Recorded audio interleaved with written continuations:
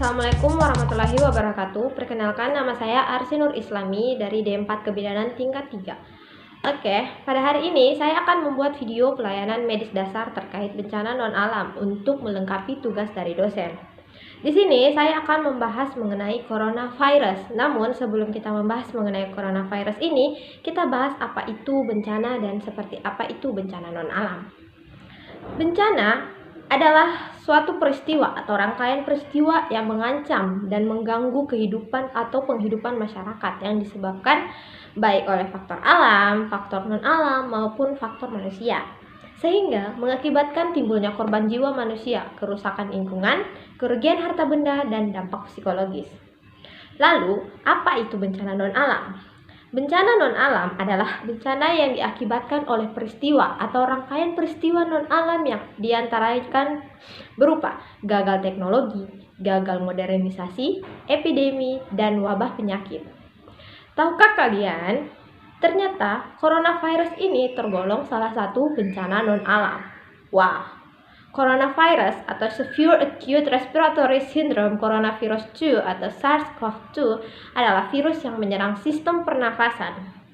Coronavirus ini merupakan kumpulan virus yang bisa menginfeksi sistem pernafasan. Pada banyak kasus, virus ini hanya menyebabkan infeksi pernafasan ringan seperti flu, namun virus ini juga bisa menyebabkan infeksi pernafasan seperti infeksi paru-paru atau pneumonia dan dapat berakhir dengan kematian. Wah, virus ini masih satu keluarga dengan MERS dan SARS. Penyakit karena infeksi virus ini disebut dengan COVID-19. Banyak orang terinfeksi virus ini setidaknya satu kali dalam hidupnya. Severe Acute Respiratory Syndrome Coronavirus 2 atau SARS-CoV-2 yang lebih dikenal dengan nama virus corona adalah jenis baru dari coronavirus yang menular ke manusia. Virus ini bisa menyerang siapa saja, baik bayi, anak, orang dewasa, lansia, ibu hamil, maupun ibu menyusui. Infeksi virus ini pertama kali ditemukan di kota Wuhan, China pada akhir Desember 2019. Virus ini menular dengan cepat dan telah menyebar ke wilayah lain di China dan beberapa negara termasuk Indonesia.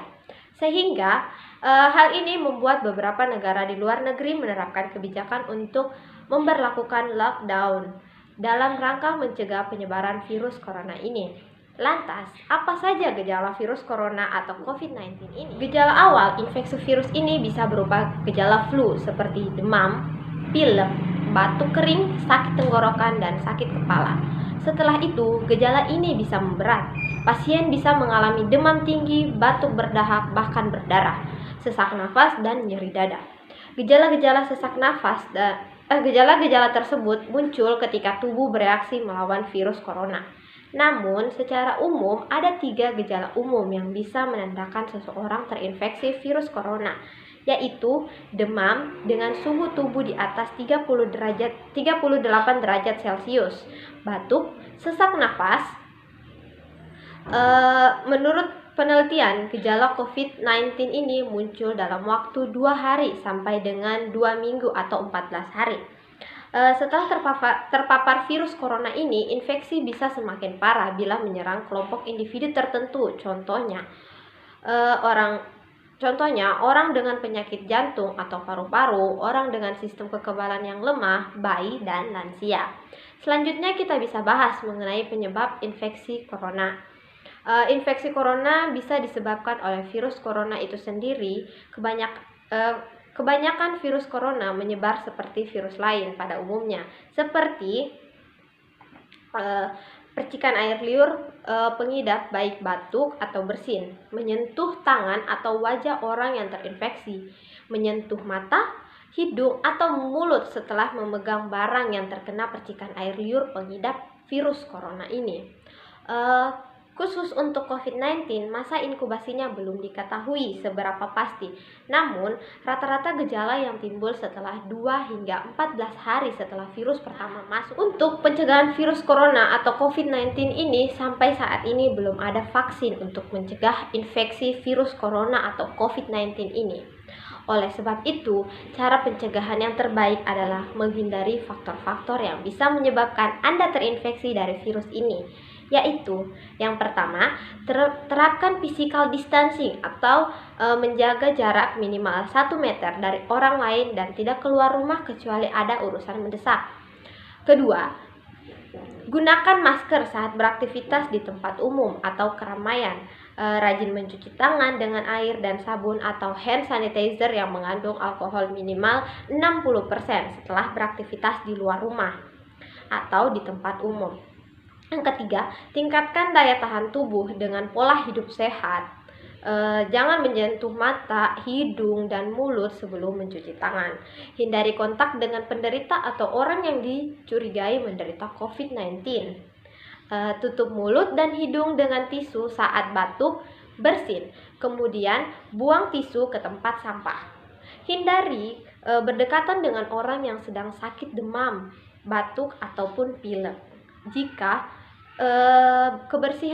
jaga kebersihan benda yang sering disentuh dan kebersihan lingkungan, termaksud kebersihan. Untuk dampak positif dan dampak negatif dari virus corona atau COVID-19 ini yaitu dampak positif, orang menjadi lebih sering mencuci tangan. Yang kedua, orang lebih sadar akan kebersihan lingkungan sekitar. Yang ketiga, orang menjadi lebih sadar akan pentingnya menjaga kesehatan. Yang keempat, pola makan menjadi lebih sehat dan teratur. Yang kelima, menjadi giat berolahraga. Yang keenam, kualitas udara membaik akibat polusi udara berkurang. Yang ketujuh, memiliki banyak waktu luang bersama keluarga. Dan yang kedelapan, punya banyak waktu untuk diri sendiri.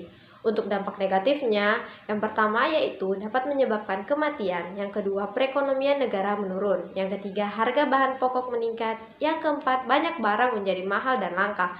Yang kelima, banyak karyawan atau buruh yang bekerja di pabrik atau perusahaan yang kehilangan bidan dalam penanganan pelayanan dan pencegahan, yaitu dengan mengedukasikan masyarakat tentang perilaku hidup sehat atau hidup sehat dan bersih, seperti rajin mencuci tangan, menjaga kebersihan lingkungan, mengkonsumsi makanan yang kaya akan vitamin, menjaga kesehatan pribadi ataupun keluarga. Seorang bidan dapat melakukan screening kepada masyarakat. Kemudian, apabila mendapat orang yang terjangkit atau memiliki ciri-ciri terinfeksi, bidan dapat memberikan pelayanan kesehatan berupa melakukan isolasi dan pemberian obat kepada pasien tersebut. Kemudian merujuk pasien ke rumah sakit yang lebih memiliki fasilitas yang lebih baik untuk dilakukan pemeriksaan lebih lanjut.